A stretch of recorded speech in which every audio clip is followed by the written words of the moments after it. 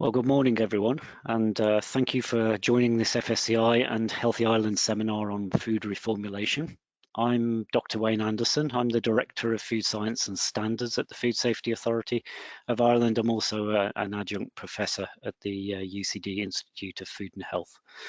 The Food Reformulation Task Force, which is what we're looking at today, is a partnership between the Food Safety Authority and Healthy Ireland in the Department of Health, and it's led by Nuala Collins. She'll be joining us later for the Q&A, and she has a team comprised of Sinead O'Mahony, Aideen McCann, Olya Antropova, and Michael O'Neill. The overall aim of the Food Reformulation Task Force is to implement the reformulation roadmap.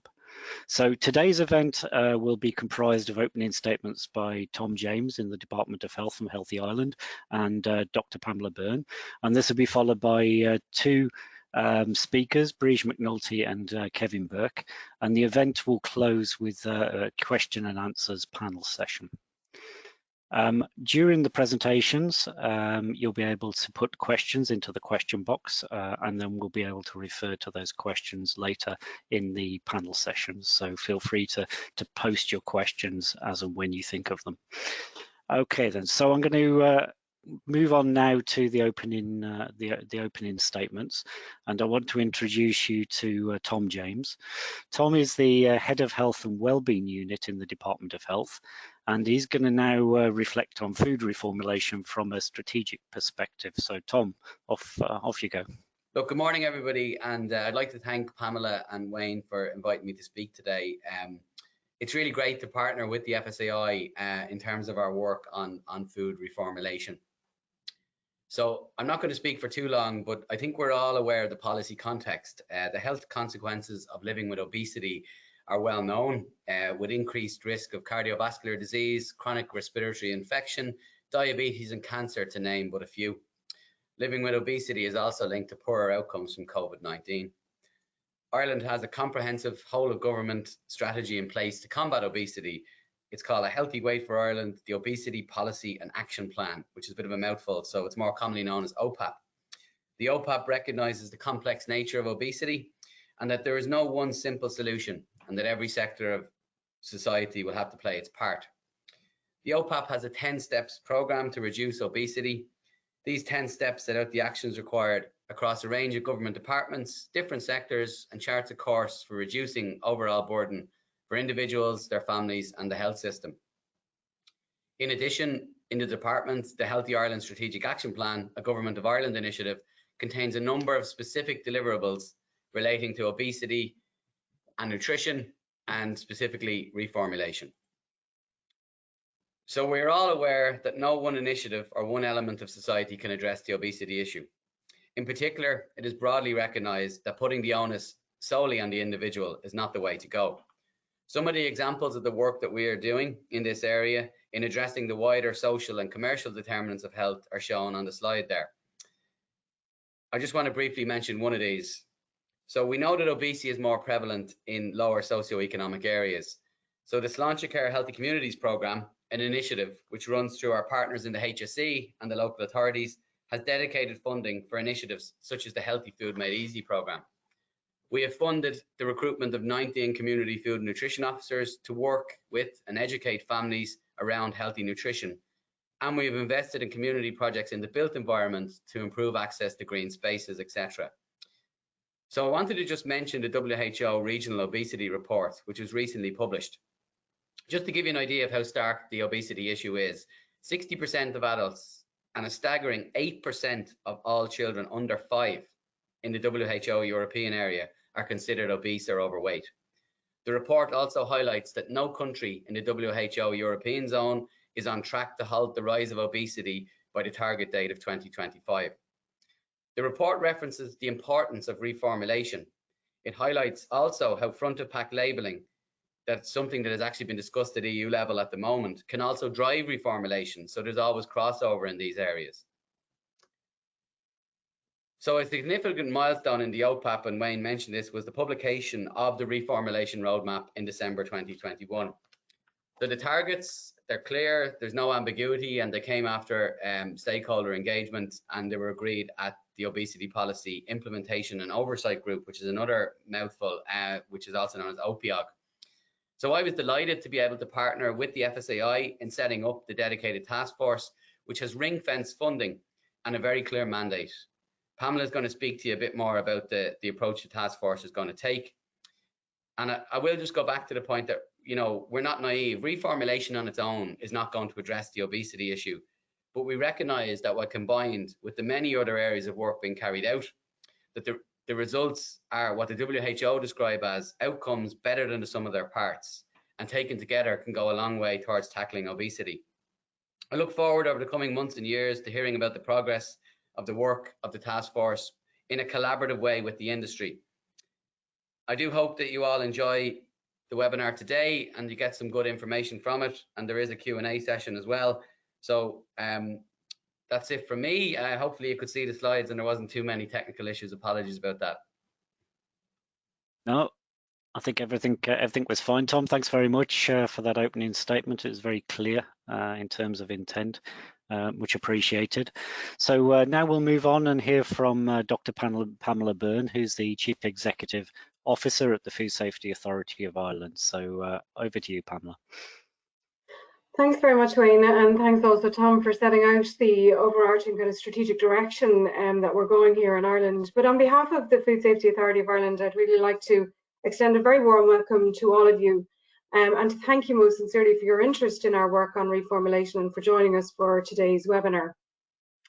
I understand we are joined today by participants from 25 countries around the world, including the United Kingdom, Spain, Switzerland, Albania, Portugal, Lithuania, Netherlands, Ethiopia, Egypt, India, Jordan, Mexico, Myanmar, Philippines, Nigeria, Saudi Arabia, UAE, and Uganda. I mention all of these countries because I think that just gives you an extent and understanding of the interest that is right across the world on this subject of reformulation. The FSAI is delighted to partner with the Department of Health and Healthy Ireland on this initiative, and it's been a very, very positive engagement so far and to date, and I look forward to, like Tom does, of hearing the results and the outcomes of the work that the task force will lead on. We believe we're well placed, and I hope you agree, to lead on this task force on reformulation because we've built up over the last 20 years a significant wealth of experience in the area of salt reformulation and monitoring. In addition to that, though, the authority has also developed a high level of expertise in food reformulation through numerous nutrition surveys, food studies, sampling, market scans, and label verification work. All of these elements have led to the development of the skills and the know-how within the team within the Food Safety Authority of Ireland that will support the implementation of the reformulation roadmap. But over the years, we've also developed strong relationships with our colleagues in the industry, so the food retailers, the food industry itself, representative bodies, governmental organisations, professional groups, and universities through our regulatory functions within the FSAI.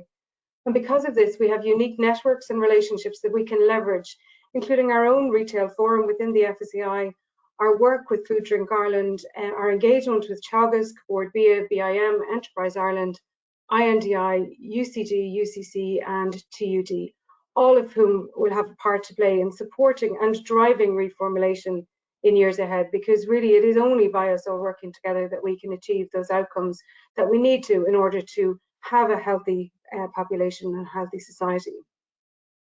Of course, though, the FSAI recognises that this is a very challenging time for the food industry. The UK has left the European Union and we're still working through what all of that means. The COVID-19 pandemic is coming to an end, hopefully, albeit still challenging for us to deal with the fallout from that, and the constant and ongoing disruption that the food industry is facing within their supply chains due to the war in the Ukraine. All of this against a backdrop and a significant ambition to become and to develop a more sustainable food system globally, and Ireland's role within that is critically important. And of course, reformulation being a critical element of a sustainable food system into the future. However, it's also a challenging time for people's health and well-being, and we must recognise and acknowledge that we are currently experiencing an obesity epidemic, and I'm glad that Tom has given you the high-level figures from the WHO. At a national level, 2/3 of the Irish population, the adult population, are estimated to be overweight or obese. And obesity is starting very young and in our vulnerable population. It starts in childhood, and the incidence increases as children grow. Overweight and obesity affects at least 16% of children and 24% of teenagers. And these are the pre-COVID figures, and it's more than likely that they're even higher today. Overall, this equates to 2.2 million Irish people living with overweight and obesity. And these are based on the 2016 CSO figures. Hopefully we'll have more recent figures or more timely figures in the coming months. But just in case some of you are still questioning reformulation as a tool, and it is a tool, as Tom said, to reduce levels of obesity and overweight, FSAI ran a quick poll last night on LinkedIn. 92% of the respondents answered yes to the question, is there a need to reduce salt, saturated fat and sugar in the Irish diet? 92% of respondents said yes. The purpose, therefore, of today's meeting is to share information on the work that the task force has laid out on to date, and to promote open and transparent ways of working with all sectors of the food retail, food manufacturing and catering industry. The task force team will welcome your feedback and engagement on these two first steps in implementing the reformulation roadmap. And we'll hear in a moment from our speakers on defining the food categories and also setting the baseline. But before I hand you back to the chairperson for the event to get proceedings underway, I also wanted to inform you that the FSAI has been developing resources in the background, and we'll come to that at the end of the session, where we let you know where you can find out an awful lot more about what FSAI has been doing over the last number of months as we've been building the task force team and initiating the very, very important work that will inform our work over the course of the next number of years. Wayne, I'll hand back to you. Thank you very much. Thank you, Pamela. I think my camera's finally come on. It was a bit delayed there, sorry for that. Much appreciated those words to remind us about the obesity issue and how FSAI is placed to help the Department of Health in achieving this goal. Much appreciated. So we'll move on to the speaker session, and just to say a few words before I introduce the speakers. So the task force team that I talked about earlier, they've only been in place a few short months. Their work only began in December last year, so this is very much the early stages of the work. They've started an outreach program and awareness campaign and with various stakeholders, so that will include many of you on the call today, retailers, manufacturers, out-of-home catering sector, etc.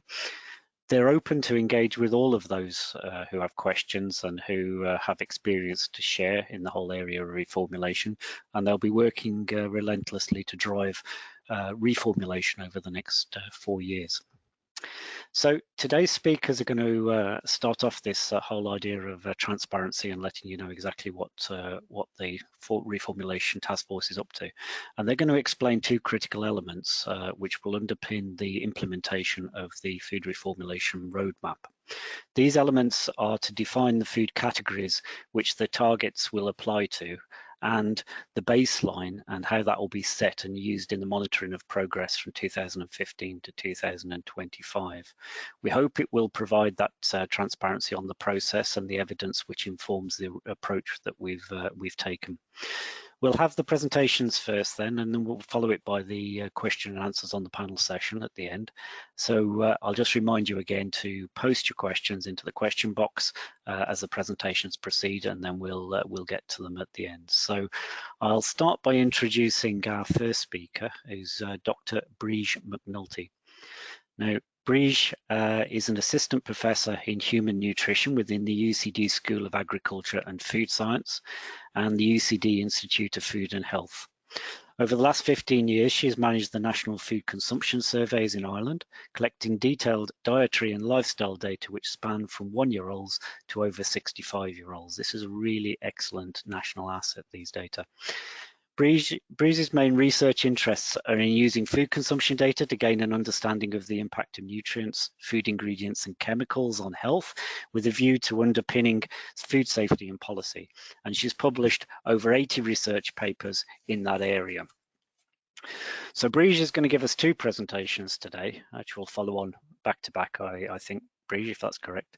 The first relates to the identification of food categories to support reductions in salt, sugar, saturated fat, and how those are to be prioritised. And the second presentation is based on branded food product information that was collected as part of the National Dietary Intake Survey. So I'll join you again after that. So Breige, over to you. Perfect.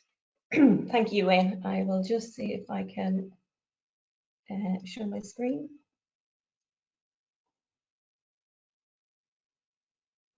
I presume everyone can see that okay? Yeah, yep, that's Perfect. working fine. Great, thank you. All right, so I'm going to start by going through the first piece of research that we undertook for the Reformulation Task Force. And as we had suggested, this is to look at food categories. And just to start with, to kind of state that this briefing that we undertook for this piece of research and the next piece of research I'm going to go through was carried out in agreement with the FSAI.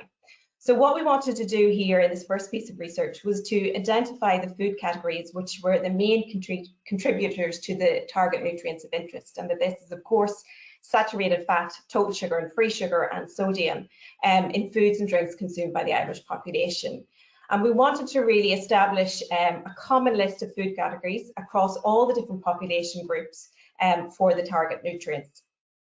And the next step that we wanted to do was really to look at this common list that we created and to see if there was commonalities between the lists that are identified for Public Health England and also the World Health Organization in their strategies for sodium and sugar reduction.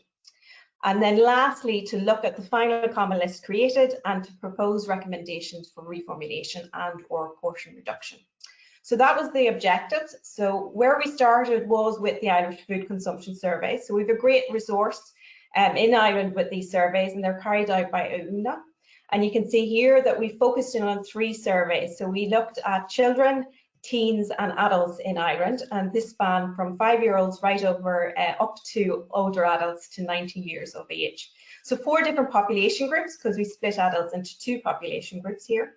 And what we did is we looked at their dietary intake, so what the food is that they consumed in these surveys, which is representative of the Irish population.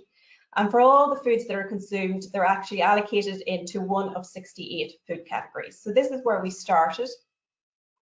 And the next step that we did was to look at these 68 food groups and look at the percentage contribution of each of the food groups from each of the different populations towards saturated fat, total sugar, free sugar and sodium.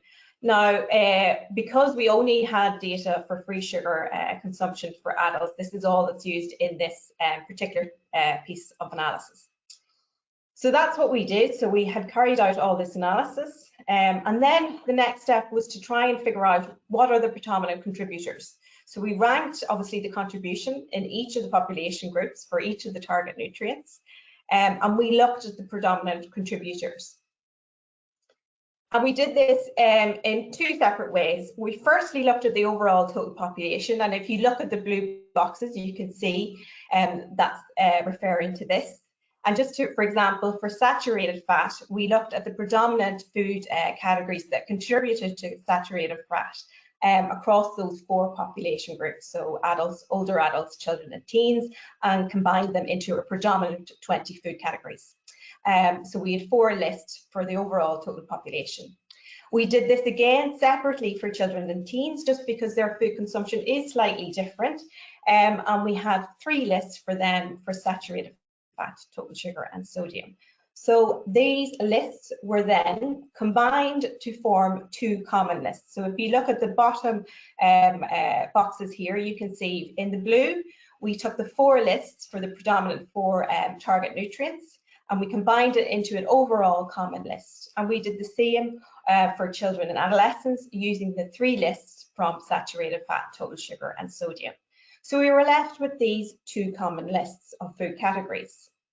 So within those food category common lists, you can see here for the total population, there was actually 41 food categories. And for children and teens, there was 36 food categories. So for the next step, we wanted to combine this together to have a combined common list. And when we did this, we had overall 42 food categories. So what we did see is 35 of those food categories were mutual in both, so they were the same in both common lists they came through.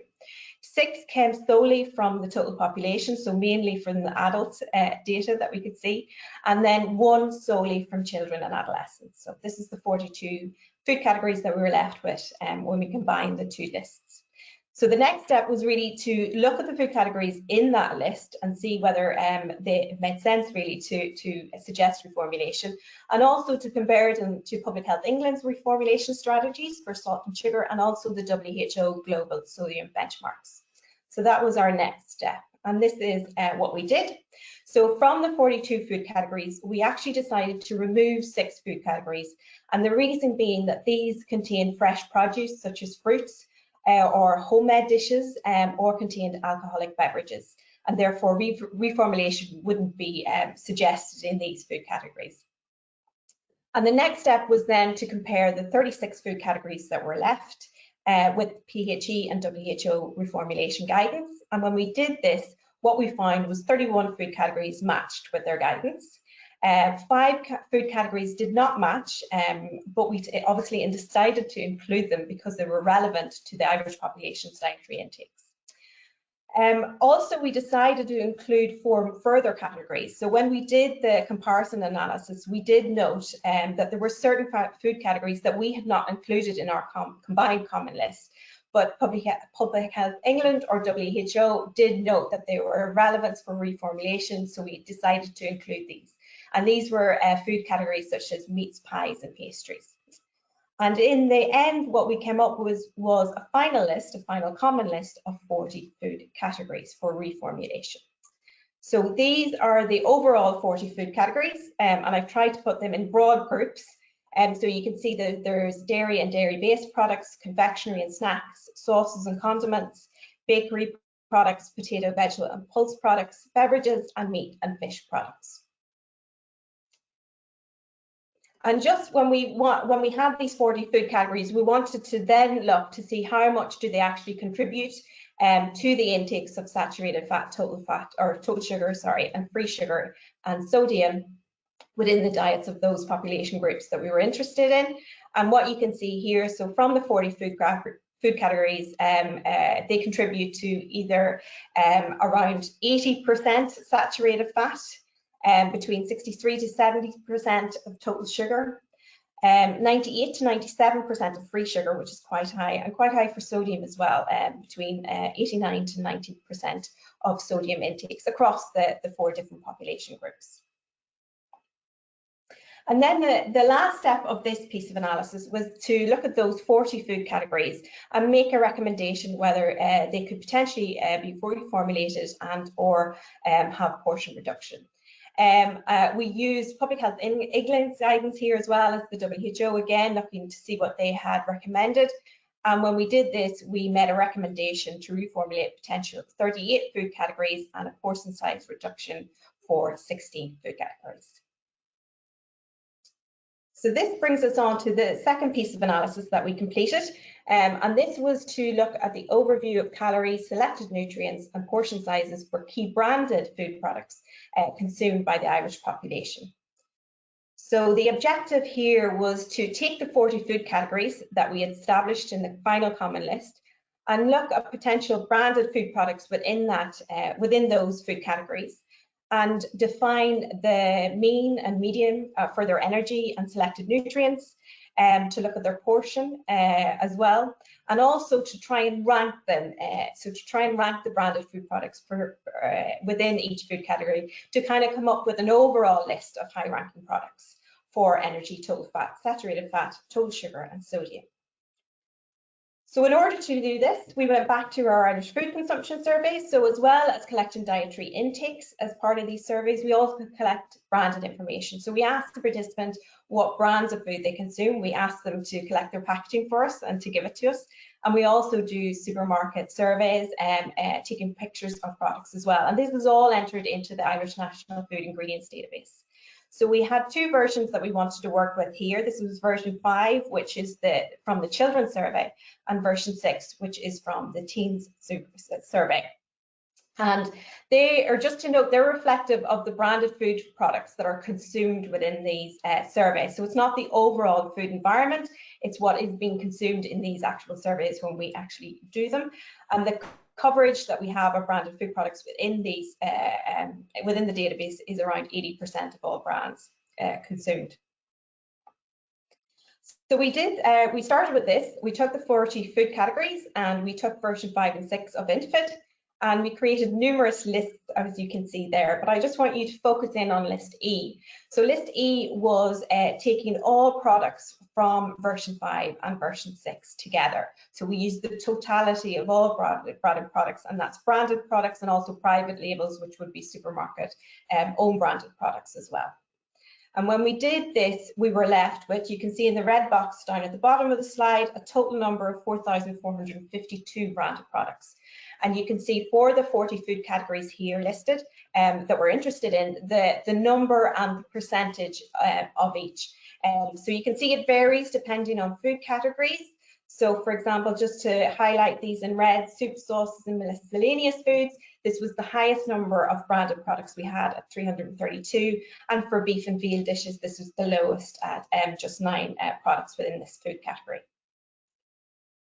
So the next thing that we wanted to do then is to look at the composition of those branded products within each food category. So to look at their average nutrient composition for overall energy, total fat, saturated fat, sugar and salt. And just to give you some of the information, because there was a lot of data created when we did this, but these are the top 3 food categories when we looked at it per 100 grams. So this is on average per 100 gram, the top food categories for each of those, for energy and each of the nutrients. So you can see some of the food categories came up a lot. So for energy, total fat and saturated fat, we can see butter and other fat spreads appear. In sugar, we can see it's confectionery and syrups and preserves were the top food categories appearing, and for salt, it was nuts, seeds, herbs and spices, soups, sauces and miscellaneous foods and sausages. And just to note, the numbers in the brackets is the average or the mean for that food category for each of those nutrients. We did it again proportion, and it's slightly different when we did it proportion. So you can see beef and veal dishes appear a lot, is one of the top food categories that we see for energy and total fat and saturated fat and salt. And total sugar, we can see it's more beverages, so the carbonated beverages here appear, and fruit juices and smoothies and milk puddings. So the next step when we did that was then we wanted to try and create and rank a common branded food list to look for lead foods for possible reformulation. So we looked at the composition per 100 grams of per portion, and we ranked them. And we ranked them based on energy, so overall calories, and also per nutrients, so total fat, saturated fat, total sugar and salt. And when we ranked them, we did it per food category. And what we did is we took a pragmatic measure to try and look at the upper branded products within these nutrients. So we cut on or above the 75th percentile for each food category, and we either put them into a common brand list per 100 gram, which when we did it per 100 grams, or when we did it per portion. So we had 2 separate lists here. And when we did this, again, a lot of information in these tables, but it's the 40 food categories again, and the number of branded products when it was done per 100 gram and when it was done per portion. And you can see when it was done per 100 grams, 2,861 branded products came across when we cut on the 75th percentile and above, and proportion 1,929 branded products came across. And again, just to note in red here, these are the highest amount of products we've seen come across in these food categories. So for biscuits, including crackers, chip fries and roasted potatoes, soup sauces and miscellaneous foods and yogurts. Then the last step that we wanted to do is we wanted to kind of look at the nutrient profile of those branded products that appear on that list. So we took the common brand list per 100 gram and we applied a threshold, a nutrient threshold, and that was applied using the cutoffs that are used for nutritional claims as part of Regulation 1924 in 2006. So we used the cutoffs here that you have for fat, saturated fat, sugar and sodium. And we created two different thresholds, or two different ways in doing this, A and B. A is just focusing on saturated fat, total sugar and salt, whereas B has total fat, saturated fat, total sugar and salt. So each of the branded products we give a score to. So they scored a 1 or a 0 if they were above the threshold, or a 0 if they were below the threshold. And just in the interest of time, I'm just going to show you the results from nutrient threshold A. So again, here you can see the table. So it's the list of 40 food categories again, and it's the common brand list per 100 gram, where there was 2,861 branded products. For each of them, we scored within each of the food categories. And you can see the table is showing the number of nutrients, or the percentage of number of nutrients exceeded. So what percent exceeded 3, 2, 1 or none. And I suppose just to focus in on particular foods, so you can see here, if we look at categories like desserts, 100% of all products within that category actually exceeded 1 or more of the nutrients. And when we applied the cutoffs, this was similar for meat pies and pastries, nuts, seeds, herbs and spices, and 99% of all products in the soup, sauces and miscellaneous foods. So this gives us an overview of the nutrient profile of the foods that came onto that common branded list when we did this. So that ends my presentation. So thank you for listening. I'm happy to answer any questions during the panel. And I'm going to stop sharing, hopefully, and hand it over to Wayne. That was brilliant, Breige. Thank you very much, and thank you for staying to time as well. We'll come back to you at the panel session, where I'm sure there'll be questions for you. There are a few questions coming in. I'm tracking them as we go along. I'm looking at my other screen here, and but there's not huge numbers, so I mean, I'm sure you have all questions out there. Please feel free to ask them, and we'll be able to put them at the panel at the end. So I'm going to move on very quickly then to our next speaker. Our next speaker is Dr. Kevin Burke, and Kevin is a lecturer in the statistics department at the University of Limerick since 2015. So he's previously completed a BSc and a PhD also in the University of Limerick. His research primarily involves the development of new statistical models for lifetimes of people, and he's been funded by Science Foundation Ireland, the Irish Research Council and the Royal Irish Academy. So from 2016 to 20, Kevin directed University of Limerick's Industrial Mathematics Unit, leading to a Knowledge Transfer Ireland Impact Award. And since 2017, he's an executive member of the Irish Statistical Association, where he has an active role in organising their annual conference. In 2020, he was awarded a Science Foundation Ireland COVID-19 Rapid Response Grant to extend the national COVID-19 model, which was very useful for us all, I think. And from 2020 to 2021, he was seconded to my own unit in the Food Safety Authority as a Science Foundation Ireland Public Service Fellow. And during that time, he helped us look at data analytics based around emerging risks and identification of signals of emerging risks. And he's continued that work with us following on from that secondment. So Dr. Burke's going to present on setting nutrient baseline values and evaluating progress. And I'll hand over to you, Kevin. Thanks for that, Wayne. I'm just sharing the screen there. See that okay? Yep, that's working fine, Kevin. Okay, perfect. Great. Okay, so I'm going to talk about setting the nutrient baseline values and also evaluating progress. As you might know, the aim of the task force is to try to reduce target nutrients over the period 2015 to 2025. And more specifically, the aim is to reduce sugar and calories by 20% and reduce salt and saturated fat by 10%. So you'll see there I have sugar in bold, and that is because I'm going to focus on sugar as an example throughout these slides. So more specifically, what we're looking at is the percentage change, and that is given by this formula. So it would be the sugar content in 2025 minus the sugar content in 2015 divided by the sugar content in 2015. So it's the new value of sugar minus the old value divided by the old value. And what we want that to be equal to is minus 20%. So it's a 20% reduction. how that looks is like this. So in 2015, we're up here. This is up at 1, meaning 100%.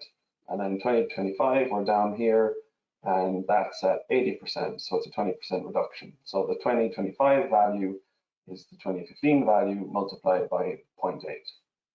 So as I say, it's 80% of the 2015 value. So how do we get from here to here? Well, there's lots of possible paths one could take.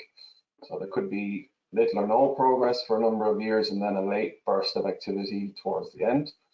Potentially things could get worse before they get better, but we assume a path like this one is fairly unlikely, and I'll say something about that in a few minutes. There could be an early burst of activity followed by slower improvements down towards this 80%, or you could have consistent year-on-year progress. And you could think of this consistent progress as being something like an average overall possible other paths one could take. And more practically, this is a path that is quite recommendable because it means you're making small changes to the products over time, and then it's not likely, or it's less likely, that a consumer would notice differences in the taste profile, for instance.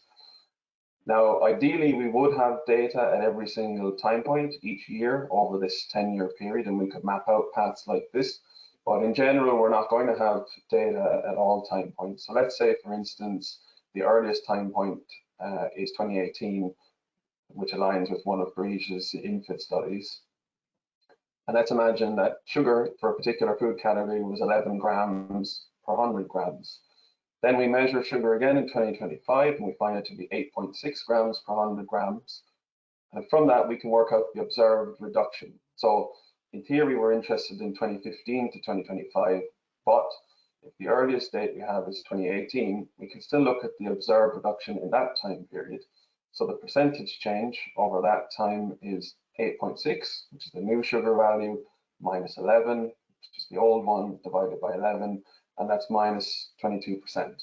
So in that case, we would have met the target, or rather slightly exceeded the target of 20% over the period 2018 to 2025.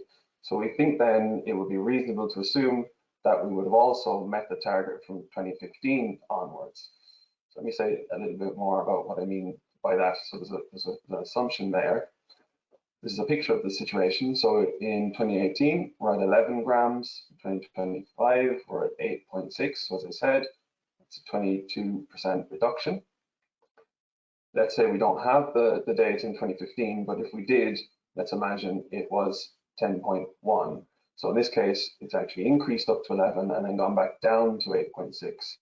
So therefore, the actual overall reduction from 2015 is less than 22%. It's actually only 15%. So if this was the case, we would not actually have achieved the 20% target. But what we're assuming is a path like this is unlikely. And the reason for that is these are target nutrients and the aim is to reduce them. So we think it's not likely that they would be increasing over periods of time. So the idea is we know it's 22% from 2018 onwards. We think it would probably be higher than that, or at least as much as 22% if we had data going back to 2015. Or another way of saying it is we think sugar values in this region below 11 grams are unlikely. We think they're more likely to be in this region here. So the next question we might have is, okay, we might know the observed reduction from 2018 onwards. We might like some kind of an estimate of what it may be over the period 2015 onwards, even though we don't actually have data going back to that period. So this brings us back to consistent progress as a possible path. Remember, I said there's lots of other possible paths, but this one at least, it is one that we would recommend, and also you can think of it as being an average overall possible other paths. So it takes us smoothly from 100% down to 80%. And it actually equates to a year-on-year reduction of 2.2%. So we're at 2015, then the 2016 value is the 2015 value multiplied by 0.978. So that's a 97.8% of the 2015 value. So that's a 2.2% reduction. Then to get to 2017, we have another 2.2% reduction, so it's 0.978 squared, and then cubed 3 years on, and so on, the whole way down to the end, which is 2015 multiplied by 0.978 to the power of 10, and that's roughly 80%. So this is what consistent year-on-year progress looks like. It's a year-on-year reduction of 2.2%, and what we want to use it for is to say, okay, we're at 2018, and we want to have some kind of an estimate of where things might have been in 2015. So in other words, to travel back up this line.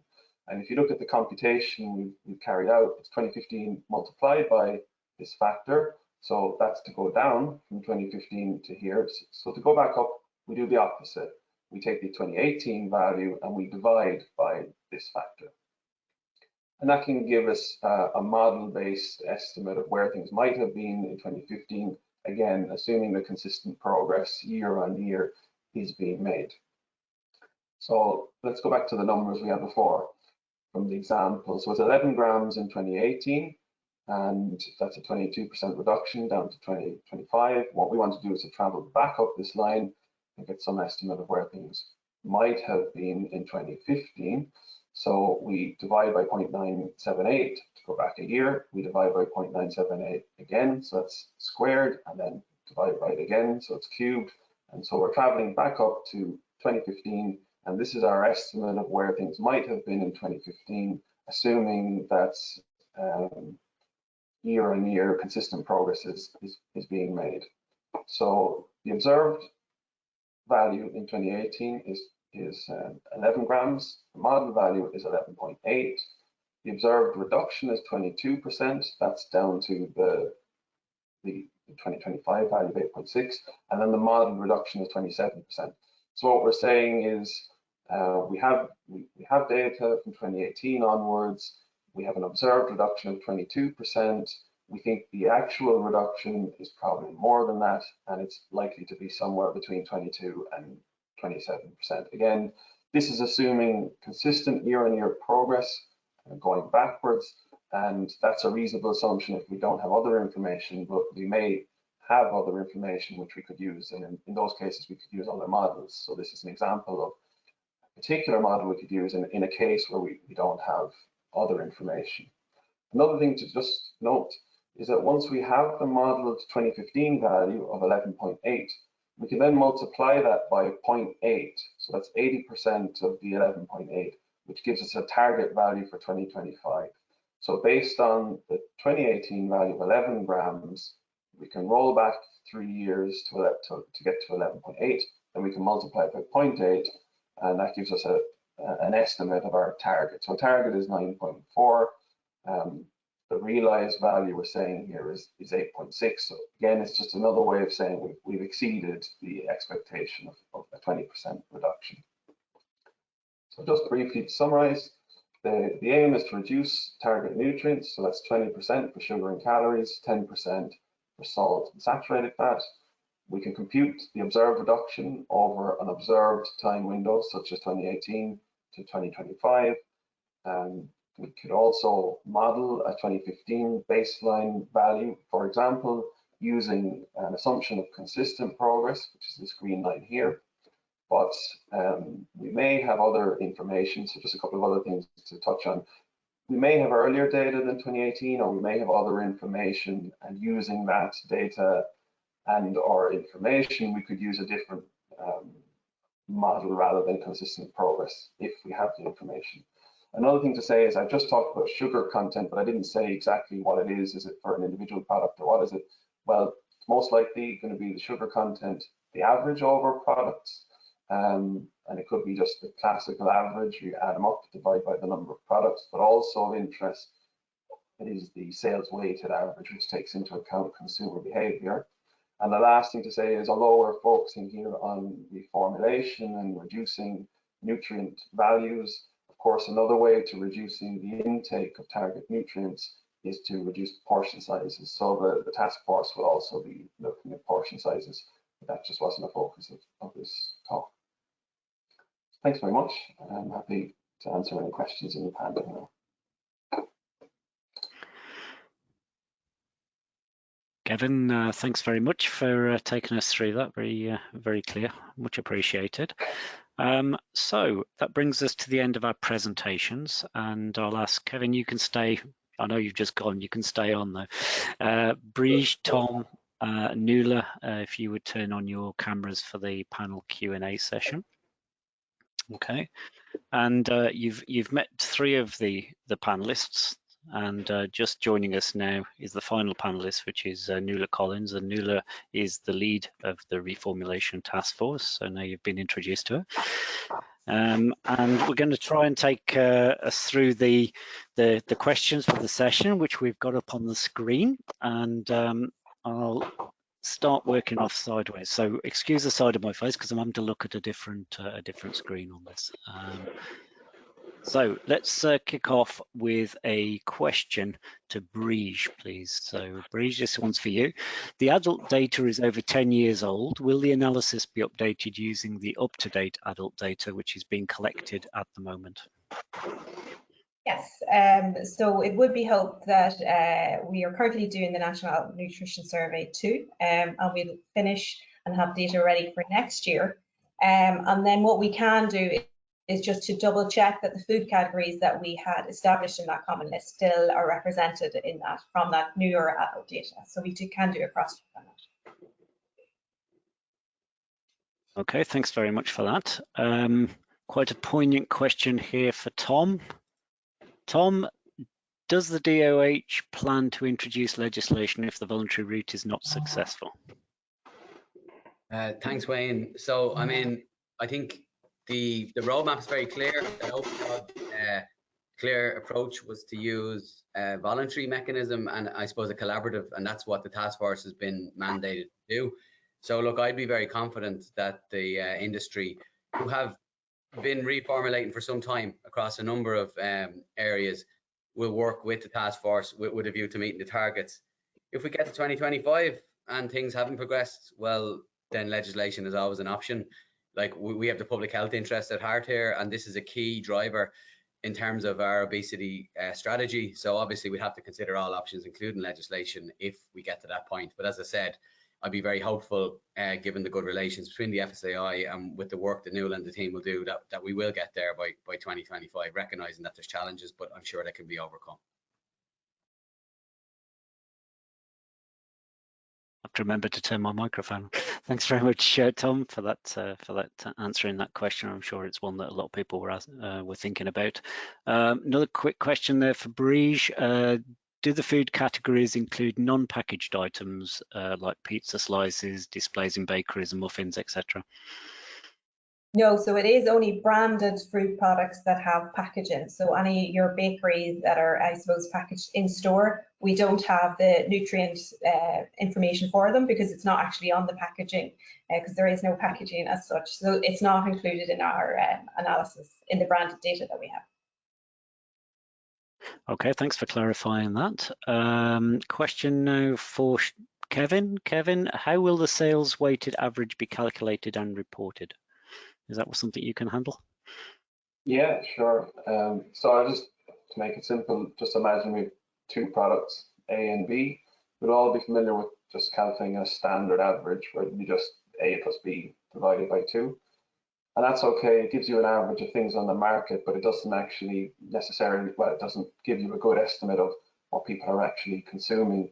So let's say that the ratio of consumption is 10 times A versus 1 times B.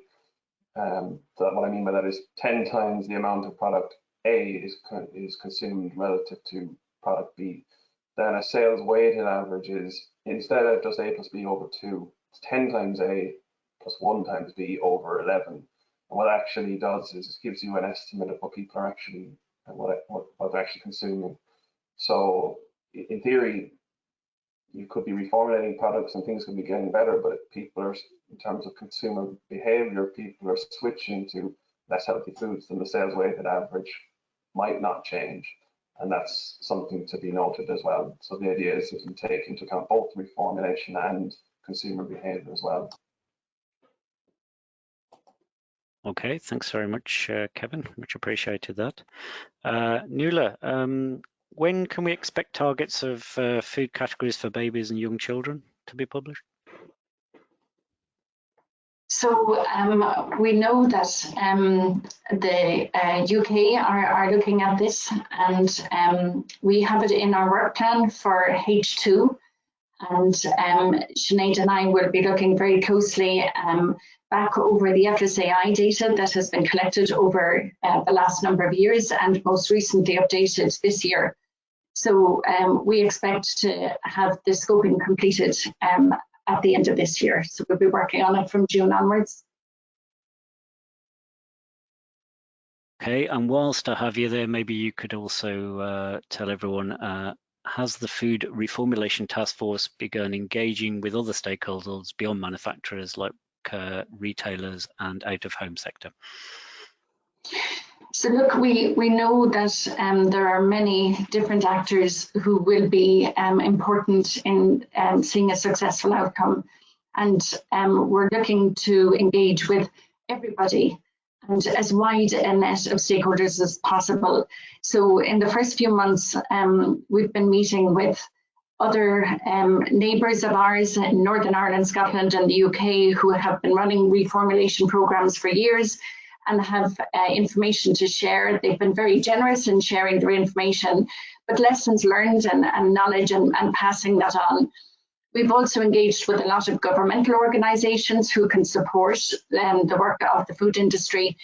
And yes, more recently, we have started to engage with retailers. We've about 33%, I think, of the market covered in our engagement so far. And as Breige pointed out there, we have separated out the data for branded and private label products across the entire retail sector. And we have Kantar data as well on sales volume, information on private label and on brand products. So we're very well placed to have very good conversations with the retailers, and we're open to engaging, and I will be contacting the other retailers that we have and so far. But the out-of-home sector obviously is also a really critical part of the success of reformulation in Ireland. And a Board Fáilte report says over 30% of the Irish population eat out at least once a week. That's takeaways and cafes. That's pre-COVID data. So we know the out-of-home sector is really important. And we'll be scoping the contact strategy for the out-of-home sector in H2. And in fact, I've already started some engagement there. So look, absolutely, I think this is a call to action for everybody, consumer groups, charities, professional organisations, universities, as well as the food industry, the manufacturers, retailers and the out-of-home sector. Okay, thanks very much, Nuala, for answering that one. Another question for Breige here. Can you please say more about how you defined a portion? Was this defined by manufacturer advice on the packet or based on average consumed by survey participants? Yes, and sorry, apologies, I did mean to say it in the presentation. The portion size data was taken from the branded information. So it was the manufacturer's information, and what they had decided was a portion size. So we only used branded products, or when we calculated the portion size data, we were only using the portion size data that was there. So some products don't have portion size data available, so they were excluded from that portion size data. So that's how we used it. There is actually the other data as well that you could look at consumption portion size, but for this particular piece of work, we looked at the manufacturer's guidance. Brilliant. Thanks very much for clarifying that. Laura, I think I know the answer to this question, but I'll ask you anyway. When will the targets be published? Okay, so the targets have been published. They were published in the roadmap last December. So, you know, the information is out there, and as Kevin's model shows, early engagement and consistent changes over the period that's available makes the most sense. So I think maybe where I could be a little bit clearer is that Breige has identified 40 food categories and that are priority food categories for reformulation in Ireland. And we will publish at the end of this month on our website the 40 food categories and the nutrients of concern within those categories. And we'll highlight the reformulation efforts that are required across calories, saturated fat, salt and sugar in each of the food categories. So it's crystal clear to the industry what exactly needs to be done. Okay, thanks very much. Just looking around, I think that's answered a couple of questions, so I'm going to flick on to something else. Somebody has asked the question, the EU has recommended a protocol for reformulation action around 4-stage process, which is gather data, reformulate, educate consumers and monitor. To date, no country has completed the 4 steps. Is Ireland still in the data collection stage? Well, you know, the food industry have been involved in reformulation, and, you know, we really applaud the leaders in the field. And so it's not a standing start. There has been plenty of efforts, but there's been no coordinated national task force looking after the implementation. And so I suppose you could say there are elements out there of reformulation that have been finalised, and so 3 of those steps maybe are well underway. But in terms of this particular programme, we are at the I think the data gathering, and we're also elucidating and elaborating the monitoring approach. So we probably have 2 of those steps underway.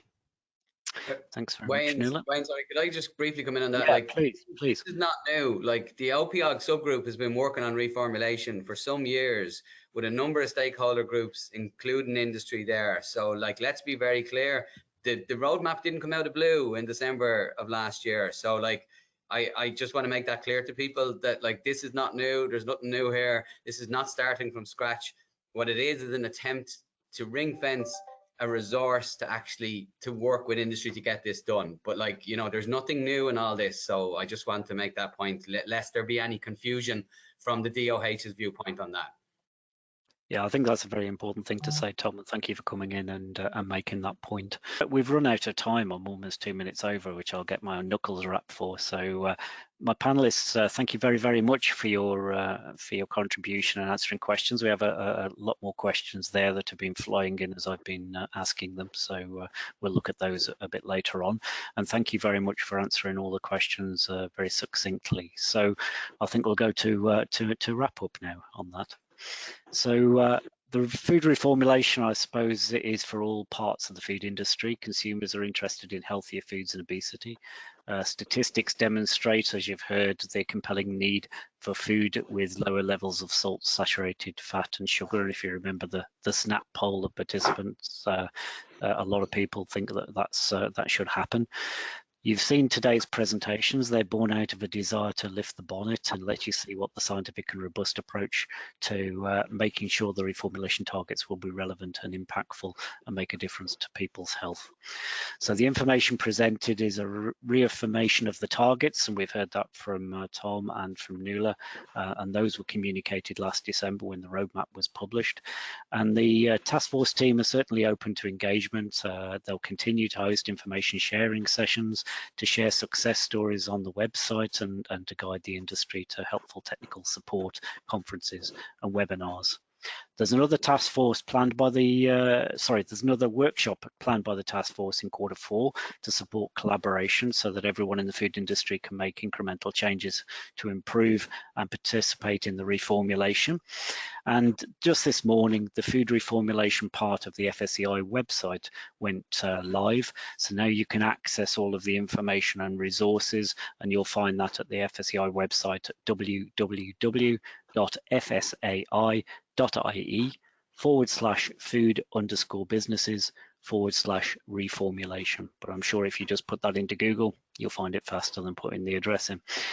And finally, I suppose before I say bye-bye to you and thank you for your attention and thank you for all our speakers, I'd just like to say if you're interested in attending any future FSAI events, you can sign up at our website, which is www.fsai.ie/subscribe.